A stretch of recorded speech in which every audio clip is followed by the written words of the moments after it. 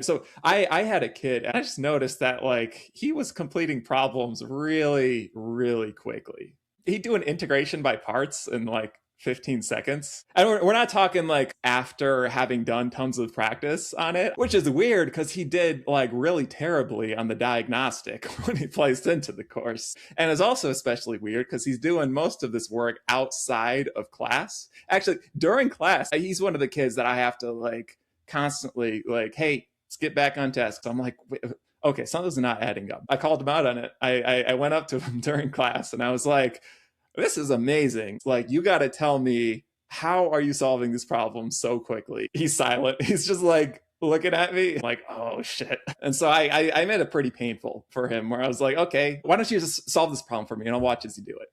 And then so we sat there for like 2 minutes. So eventually he just comes out and he's like, I'm sorry, I was using Photomath outside of class.